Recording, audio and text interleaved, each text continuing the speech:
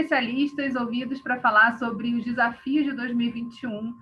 Hoje eu estou com o Fábio Stibel, que é da ITS, Instituto Tecnologia e Sociedade, um parceiro do Fórum há bastante tempo. Eu queria saber de você, Fábio, que desafios a pandemia trouxe para o Rio de Janeiro e, na verdade, para o mundo, né?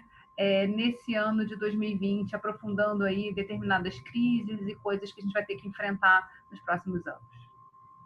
É um prazer, obrigado pelo convite. Eu acho que se a gente tivesse que sistematizar, a gente tem um desafio e oportunidade que vem junto, que é essa transformação digital. Então, o Covid, ele trouxe para a gente uma experiência acelerada do híbrido. Híbrido é de você pensar o espaço que está conectado, o espaço que não está conectado. E isso traz para o legislador uma agenda super importante e urgente de ser pensada. Então, vamos pensar, por exemplo, o que aconteceu com o híbrido, né? Você tem o teletrabalho. As pessoas agora elas estão mais trabalhando de casa. O serviço público vai ter já resoluções sobre esse tipo de trabalho. Oficinas que não precisam de laboratório, como advocacia, contabilidade, já estão fazendo esse tipo de trabalho. E as soluções vão ser diferentes. Alguns vão ter o home office ou office home, como é agora. Outros, daqui a pouco, vão pegar pequenos lugares de coworking e vão distribuir as pessoas. Outros vão fazer para dentro do interior dos estados essa ocupação de mão de obra. Mas o que a gente sabe é que o centro da cidade tende a esvaziar. E aí, quando a gente fala de Brasil, quando a gente fala de Rio de Janeiro, quando a gente fala dessa experiência de cidade que a gente tem, que foi desenvolvida para o centro, porque esse é o tipo de colonização, esse tipo de criação que a gente tem, o ônibus vai para o centro, a água vai para o centro, o comércio vai para o centro, as cadeias de alimento vão para o centro, a gente tem algo a se preocupar, porque a gente realmente está mudando a configuração da cidade. Não vai ser tudo agora, né? Não é um Covid que vai fazer a gente redesenhar toda essa malha urbana, mas a gente tem certeza que a população no centro não vai aumentar, ela vai reduzir. E as populações das periferias e outras áreas do interior do estado, elas tendem a crescer. Isso a gente já vê pelo preço de aluguel de apartamento de 3 e 4 quartos, já é uma realidade. A gente vê pela reorganização da malha rodoviária e aero na Europa, nos Estados Unidos. É certo que a gente vai ter que repensar o que seria esse estado nosso e as cidades do estado se a gente não tem mais esse modelo de centro, se a gente tem um modelo mais distribuído. Dentro desses desafios, né, a gente está falando aí de mobilidade, de redesenhar perspectivas. Como é que o digital entra também nesse planejamento, na sua opinião? E como o ITS trabalha com essa temática, né, apoiando ações e esse pensamento a respeito de como você agrega digital à vida que a gente tem hoje? Acho que o digital ele entra, por incrível que pareça, de dois lados opostos. E trabalhar com esses lados opostos é o difícil desse problema. De um lado, você tem os já conectados. Então, você tem que pensar na proteção de dados, você tem que pensar no uso responsável dessa internet, você tem que pensar na responsabilidade civil dos intermediários, você tem que pensar em como promover negócios, fomentar a inovação.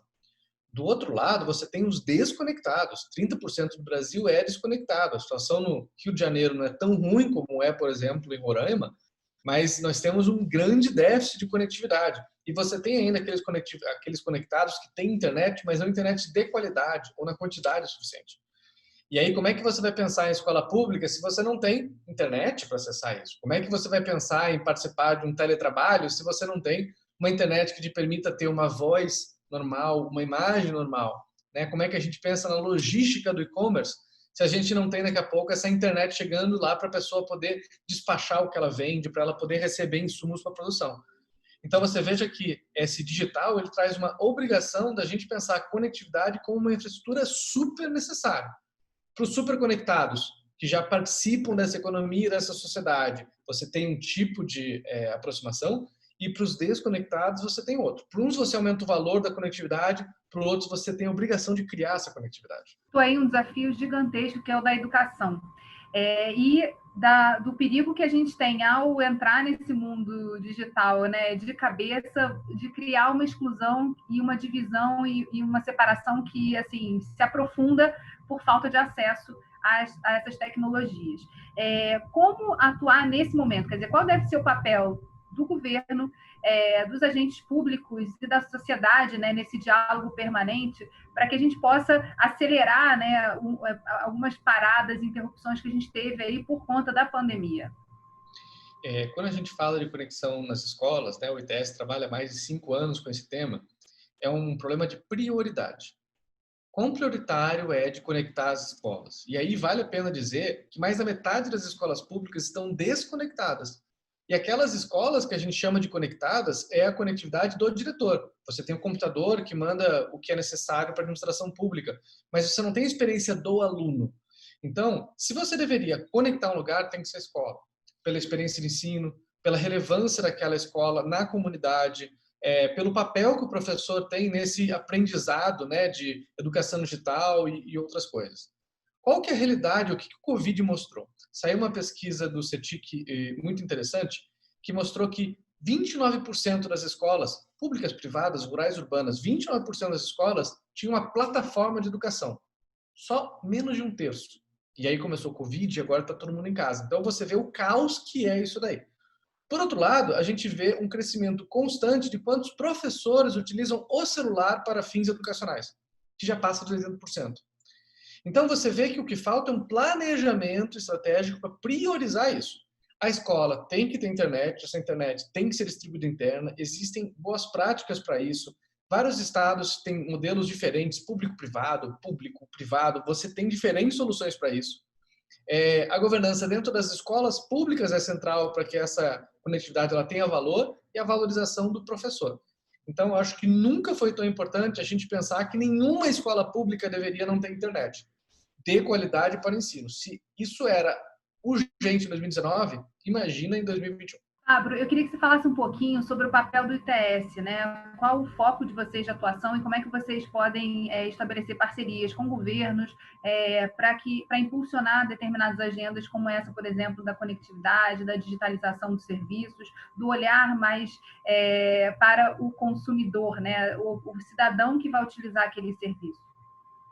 O ITS, Instituto de Tecnologia e Sociedade, né? Um instituto de pesquisa independente.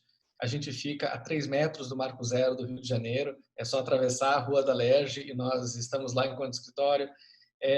O que a gente tenta sempre pensar é as causas para serem seguidas, né? Qual que é a próxima causa que a gente deveria estar prestando atenção.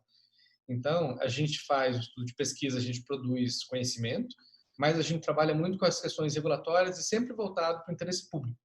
Então, por exemplo, a área de direito, ela vai pensar muito no marcos regulatórios necessários para esse governo digital, né? Proteção de dados, conectividade nas escolas, por exemplo. A área de inovação, ela vai sempre pensar como é que a gente pode fomentar o uso de tecnologia pelo Estado. E aí você tem apoio à Defensoria Pública, você vai ter apoio ao Judiciário, nessa implementação de tecnologias.